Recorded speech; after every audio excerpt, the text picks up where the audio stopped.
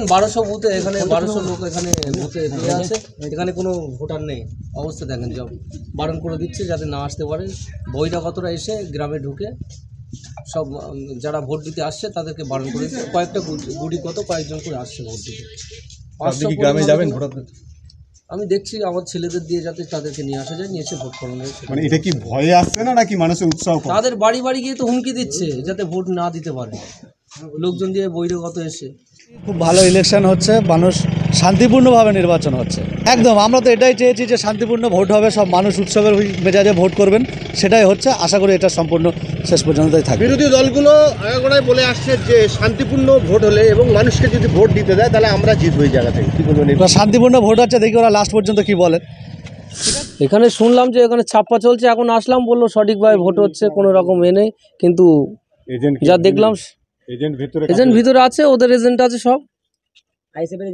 না, এজেন্ট নেই। আমাদের এজেন্ট ছিল, এজেন্ট উঠে গেছে, ভয় দেখে সকালবেলা করে দেওয়া হয়ে গেছে। এজেন্ট কোথায় ছিল আপনাদের? তাকে কি আর বসাবেন? দেখছি, সেটা আমরা আলোচনা করছি, দেখছি কি করা যায়, এখানে কি স্টেপ নেওয়া যায়। আদিপুরে একজন ক্যান্ডিডেট একজন এজেন্টকে মারধর করা হয়েছে, হ্যাঁ, তাকে আমরা আবার বসিয়েছি ভিতরে, সে বসেছে ওখানে, এখন ভোট হচ্ছে ওখানে। হ্যাঁ, ওখানে শান্তিপূর্ণভাবে ভোট হচ্ছে, ওখানে বাইরের থেকে আটকাচ্ছে যাতে ভোট দিতে যেতে না পারে সেইভাবে, আর কোনো অসুবিধা নেই ওখানে। ঠিক আছে,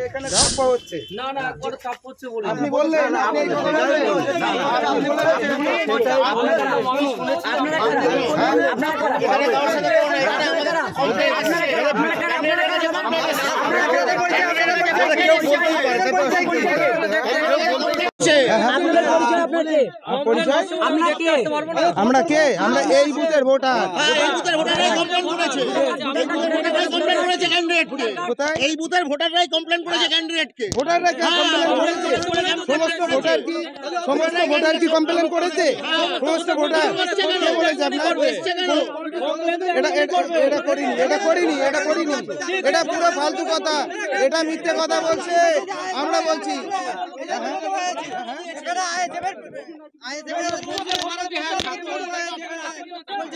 কে বলছে? এটা সম্পূর্ণ মিথ্যে কথা বলছে আমাদের আইএসএফ ক্যান্ডিডেট।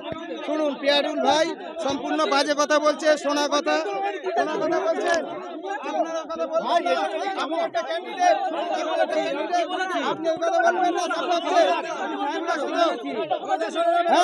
আপনি কি বলছেন?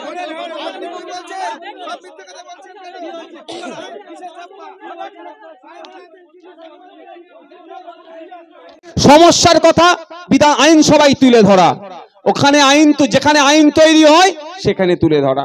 কিন্তু দুর্ভাগ্যের বিষয়, এমএলএ গিয়া যদি একদম বেঞ্চে বসে ঘুমায় তাহলে হবে কি করে? এবার আপনি বলতে পারেন ভাইজান এমএলএ ঘুমাচ্ছে কি ঘুমাচ্ছে না কি করে বুঝবো? ঘুমাচ্ছে কি ঘুমাচ্ছে না কি করে বোঝার জন্যই তো বিধানসভা টিভি দরকার। বিধানসভার মধ্যে কে কি করছে সেটা জানার জন্য দরকার। তো তাই আপনাদের বলি, এমএলএ এর কাজ হচ্ছে গ্রামীণ হসপিটাল, ব্লক হসপিটাল যেগুলো আছে সেইগুলো ডেভেলপ কিভাবে হবে ওখানে তুলে ধরা। কেন সারা পশ্চিম বাংলায় 10.5 কোটি মানুষের মধ্যে 294 জন যায়? তাদের ফাংশনটা কি, তাদের কাজটা কি আগে জানতে হবে। যদি তাদের কাজটা না জানতে পারি আমরা, তাহলে কি ওই ভোট আসবে, ভোট যাবে, যাকে মনে হবে ভালো লাগে ভোট দিয়ে দেবেন, এতে লাভ কিছু হবে না। আপনাদের জানতে হবে এমএলএ এর কাজটা কি। 10.5 কোটি মানুষকে, তাহলে তার মধ্যে থেকে মাত্র 294 জনকে পাঠাচ্ছে কোথায়? বিধানসভায়। আমরা বলি অ্যাকচুয়ালি ওটা আইনসভা। ওহ বাবা, চুপ করো না বাবা, এই চুপ করো, ওকে থাক, ওকে দাঁড়াক না বাবা, দাঁড়াক। এই ভাই চুপ করো, চুপ।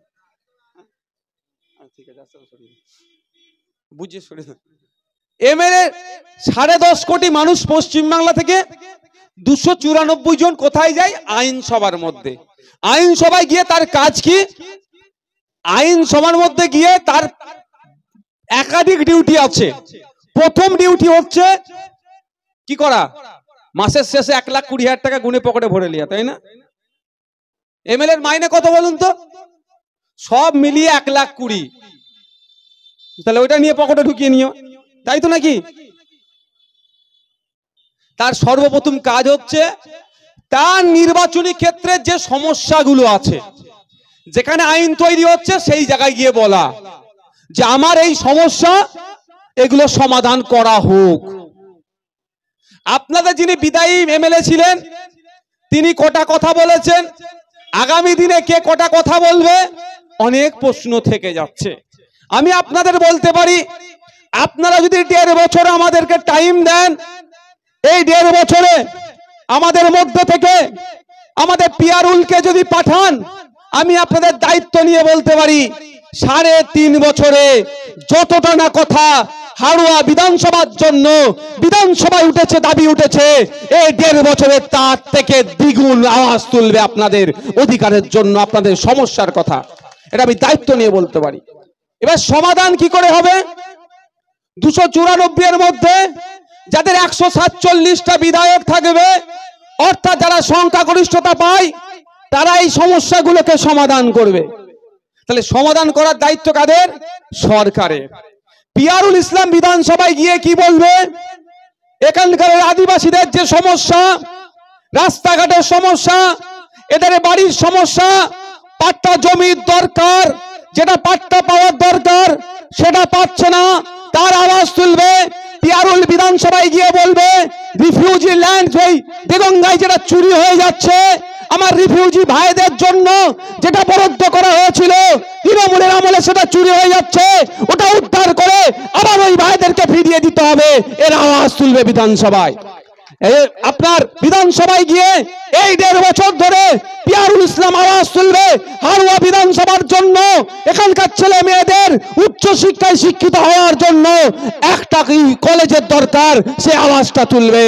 পিয়ারুল ইসলাম বিধানসভায় গিয়ে চুপ করে বসে থাকবে না।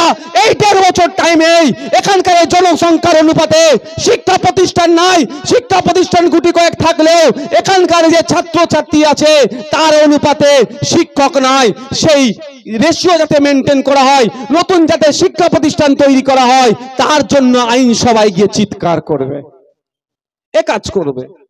পিয়ারুল ইসলাম এই 1.5 বছর সময় আপনারা যারা এখানে কৃষক আছেন, আমার আগে তো আপনাদের এলাকার যথেষ্ট পরিচিত আহমদ সাহেব কৃষকদের কথা অনেক বললেন।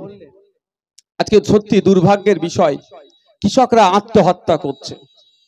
আমি আপনাদের কৃষক সমাজের মানুষ যারা আছেন তাদের উদ্দেশ্যে বলবো, আত্মহত্যা আপনারা কেন করবেন? কেন আপনারা আত্মহত্যা করবেন? আপনাদের ফসল নষ্ট হয়ে গিয়েছে, ফসলের দাম পাচ্ছেন না, আত্মহত্যা করার কোনো জায়গা নাই। আমি এই বিষয়ে কিছু বক্তব্য দেবো, অসুবিধা হবে কারো? এখানে কৃষক কারা আছে একটু হাত তুলবেন। ওরে বাবা, তাহলে তো ওই ভোট ফোট ছেড়ে, এটাই আমি বলি, হ্যাঁ ভালো লাগলে দেবেন ইভিএম মেশিনের 5 নম্বরে 13 তারিখে, না লাগলে দেবেন না। কিন্তু আপনাদের একটু বলে যায়, আপনারা অনুরোধ করছি আপনাদেরকে, আত্মহত্যা এই চিন্তা ভাবনাটাই মাথায় আনবেন না। কারণ আমি আমার তথ্য বলছি না, পশ্চিমবাংলার আইনসভা তথা বিধানসভাতে তৃণমূলের পক্ষ থেকে জিতে মিনিস্টার হয়েছেন, যিনি এগ্রিকালচার মিনিস্টার, তার দেওয়া তথ্য বলছি। পশ্চিমবাংলার 50% মানুষ, 50%-এর অধিক মানুষ সরাসরি কৃষিকাজের সাথে যুক্ত, সরাসরি। আর টোটাল জনসংখ্যার 75% মানুষ প্রত্যক্ষ বা পরোক্ষভাবে এগ্রিকালচার সেক্টরের সাথে যুক্ত। এবার আমি বলি, পশ্চিমবাংলায় যে 1 বছরে যে রাজস্বটা আসে তার 50% আমার কৃষক ভাইদের মেহনতের ফল। তাহলে পশ্চিমবাংলার অর্থনীতির চাকাটা যতটুকু গড়াচ্ছে, এই গড়ানোর পেছনে অর্ধেক কাদের অবদান? আপনাদের কৃষকদের। পশ্চিমবাংলার যে মাস্টারগুলো মাইনে পাচ্ছে, টিচারগুলো, পশ্চিমবাংলার পুলিশ যে মাইনে পাচ্ছে, ইভেন নওশাদ সিদ্দিকী যে 1,20,000 টাকা মাসে পাচ্ছে, সেইটা অবদান কাদের? 50% আপনাদের। বুঝতে পেরেছেন কি বলছি? মাথায় আসছে কি? যা দেখছেন পশ্চিমবাংলার সরকারি যা দেখছেন, ওর 50% অর্থ কিন্তু আপনারা দেন, আপনাদের থেকে আসে, রাজস্ব আসে। তাহলে আপনারা তো আপনাদেরকে তো রাজার সিংহাসনে বসে রাখা দরকার, কিন্তু দুর্ভাগ্যের বিষয় আপনারা অর্গানাইজ না, আপনারা সচেতন নয়। এর ফলে আপনাদের কাছ থেকে লুট করে নিচ্ছে, আর আপনাদের কিছু হলেই কেউ ওই বললো কি বিষ খেয়ে নিচ্ছে, গলায় দড়ি দিয়ে দিচ্ছে। আমি আপনাদের কাছে অনুরোধ করছি, ও ভুল কাজটা করবেন না। বেঁচে থেকে লড়াই করে আপনার অধিকার আপনাকে কেড়ে নিতে হবে।